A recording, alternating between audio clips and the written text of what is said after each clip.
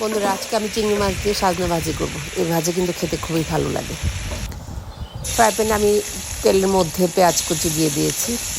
পেঁয়াজটা একটু বেশি দিতে চেষ্টা করবেন, পেঁয়াজ বেশি দিলে খেতে ভালো লাগে ভাজি।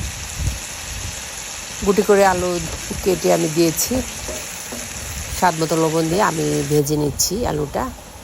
ভাজা হয়ে গেলে দিয়ে দিলাম পরিমাণ মতো মরিচ, হলুদ, ধনিয়ার গুঁড়া দিয়ে আমি চিংড়ি মাছ দিয়ে দিচ্ছি। চিংড়ি মাছ দিয়ে আমি একটু ভেজে নিচ্ছি। ভাজা হয়ে গেছে, প্রায় সিদ্ধ হয়ে গেছে। যেহেতু সাজনা বেশিক্ষণ লাগে না সিদ্ধ হতে, তার জন্য আমি আগে ভালো করে ভেজে নিয়েছি চিংড়ি মাছ আর আলু। এখন সাজনা দিয়ে ভালো করে আমি নেড়ে চেড়ে নিচ্ছি। খুবই অল্প পরিমাণ পানি দিব, 1 কুশ পরিমাণ, যাতে মশলাটা ভালো করে সাজনার মধ্যে মেশে।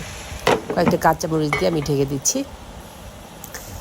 3-4 মিনিট জাল দেওয়ার পরে ঢাকনা উঠিয়ে আমি নেড়ে চেড়ে উঠিয়ে নিব। কেমন হয়েছে রান্নাটা জানাবেন। সবাইকে অনেক ধন্যবাদ। আল্লাহ হাফিজ।